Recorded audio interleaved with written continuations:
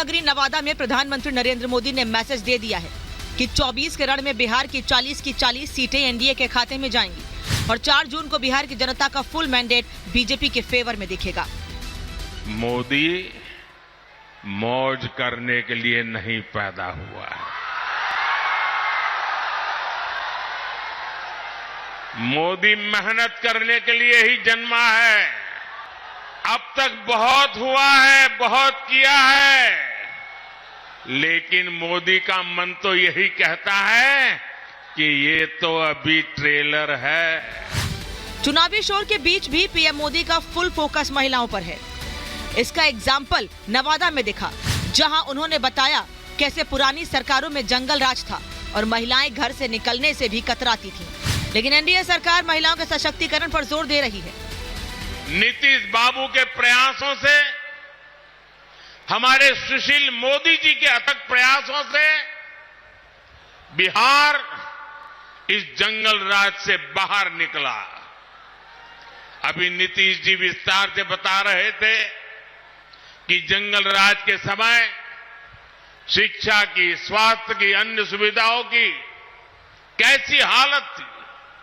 नीतीश जी के नेतृत्व में बिहार उन परिस्थितियों से बाहर निकला है। अब हर बहन के पास उसके इस भाई की मोदी की गारंटी भी है। लेकिन सवाल यह है कि पीएम मोदी ने बिहार में महिलाओं का जिक्र क्यों किया? तो उसके पीछे कारण बड़ी संख्या में महिला वोटर हैं, जो चुनाव में काफी इम्पैक्ट डाल सकती हैं। प्रधानमंत्री मोदी ने कहा कि अभी रुकने का समय नहीं है, बल्कि बिहार को नई ऊंचाइयों पर ले जाना है। पीएम मोदी ने बताया कि इसकी वो गारंटी देते हैं और इसी गारंटी से विपक्षी नेता घबराए हुए हैं। लेकिन मोदी की गारंटी का मतलब गारंटी पूरी होने की गारंटी। मोदी की ये गारंटियां इंडी गठबंधन वालों को परेशान कर रही है। क्या गारंटी देना गैर कानूनी है? क्या मैं मेरे देशवासियों को मेहनत करने की गारंटी देता हूं तो क्या मैं गुनाह करता हूं? मैं मेरे देशवासियों को यह कहूं कि मैं 24 घंटे काम करूंगा तो क्या गुनाह है? मोदी गारंटी देता है, उसको भी उन्होंने गुनाह बना दिया। ये भूल रहे हैं कि मोदी की गारंटी यानी गारंटी पूरा होने की गारंटी। मोदी की इसी गारंटी वाले बात पर बिहार के पूर्व डिप्टी सीएम तेजस्वी यादव ने हमला बोला है और कहा कि अगर बीजेपी पहले ही चुनाव जीत चुकी है तो फिर चुनाव प्रचार क्यों किया जा रहा है। आज प्रधानमंत्री जी बोल रहे हैं कि हम लोग चुनाव जीत गए हैं, हम तो 5 साल बाद आ जाते दर्शन करने। अरे भाई, जब चुनाव आता है तब दर्शन करने आते हैं। चुनाव जीत गए हैं तो आप घूम क्यों रहे हो प्रचार में? भ्रष्टाचार पे आज हमने ट्वीट किया है। उम्मीद है कि कम से कम उस भ्रष्टाचार पर प्रधानमंत्री जी अपनी बात को रखते हैं। पीएम मोदी अपनी जीत को लेकर कॉन्फिडेंट इसलिए हैं क्योंकि चुनाव दर चुनाव बीजेपी का ग्राफ लगातार ऊपर जा रहा है। लगातार बढ़ते जनादेश का ही रिजल्ट है कि मोदी ने इस बार अकेले बीजेपी को 370 तो एनडीए को 400 सीट मिलने की गारंटी दी है। Bureau report, Republic Bharat. चुनावी जनसभा में मुख्यमंत्री योगी आदित्यनाथ मौजूद है। उन्होंने कहा है कि आतंकियों को घर में घुस करके मार रहे हैं। अब यूपी में कर्फ्यू नहीं लगता है, ये भी उन्होंने कहा। उन्होंने कहा है कि अब धूमधाम से कांवड़ यात्रा निकलती है। साथ ही मुख्यमंत्री ने यह भी कहा है कि नया भारत अपने नागरिकों को सुरक्षा देना जानता है। अभी 3 दिन पहले की घटना है। ब्रिटेन का एक प्रतिष्ठित समाचार पत्र है द गार्डियन, उसमें उसने एक रिपोर्ट लिखी और उसमें उसने कहा कि पिछले 2 वर्ष के दौरान पाकिस्तान के अंदर दुर्दांत 20 से अधिक ऐसे आतंकवादी चुन चुन करके मार दिए गए और इसमें भारत की खुफिया एजेंसियों का योगदान हो सकता है। तो गार्डियन की समाचार की स्रोत क्या है ये वही बता सकते हैं, लेकिन आतंकवाद एक समस्या है। और इस समस्या का समाधान कोई है तो भारत है। भारत इसकी समस्या का समाधान दे रहा है। हम केवल आपसी संबोधन में ही राम राम नहीं बोलते।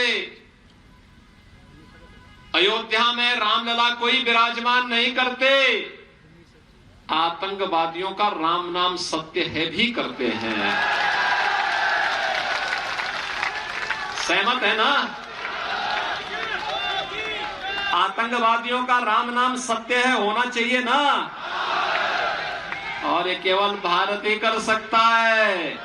बस फर्क यही है, फर्क यही है, हम उसको वहां पहुंचाते जहां पहुंचना चाहिए, और कांग्रेस के लोग उसको बिरयानी खिलाते थे ना। और राम मंदिर में प्राण प्रतिष्ठा का विरोध करना विपक्ष को भारी पड़ने वाला है, क्योंकि खुद प्रधानमंत्री नरेंद्र मोदी ने इस मुद्दे पर इंडी गठबंधन को जमकर घेरा है। आपको बता दें कि नवादा में हुई रैली में प्रधानमंत्री नरेंद्र मोदी ने सनातन का विरोध करने वालों को आड़े हाथों लिया। एक रिपोर्ट आपको दिखाते हैं।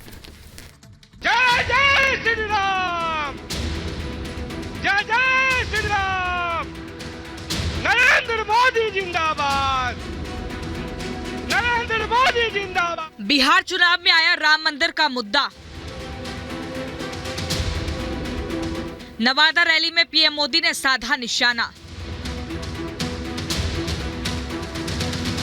उद्घाटन समारोह के बहिष्कार पर इंडी पर बोला हमला।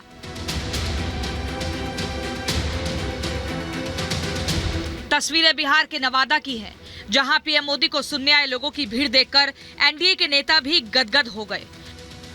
लोगों से वोट मांगते हुए प्रधानमंत्री मोदी ने कांग्रेस आरजेडी के नेताओं पर जमकर निशाना साधा। पीएम ने एक तरफ जहां गुंडाराज के लिए आरजेडी को घेरा, तो वहीं दूसरी तरफ राम मंदिर के मुद्दे को लेकर कांग्रेस पर निशाना साधा। पीएम ने आरोप लगाया कि कांग्रेस सनातन विरोधी पार्टी है, इसीलिए 22 जनवरी को रामलला के प्राण प्रतिष्ठा में अपने नेताओं को निमंत्रण मिलने के बाद भी आने से रोक दिया। पीएम मोदी ने लोगों से अपील की कि वो सनातन का विरोध करने वालों को माफ ना करें। जिस राम मंदिर के निर्माण को रोकने की कांग्रेस और आरजेडी ने बरसों तक कोशिश की, वो राम मंदिर बनकर तैयार हो गया।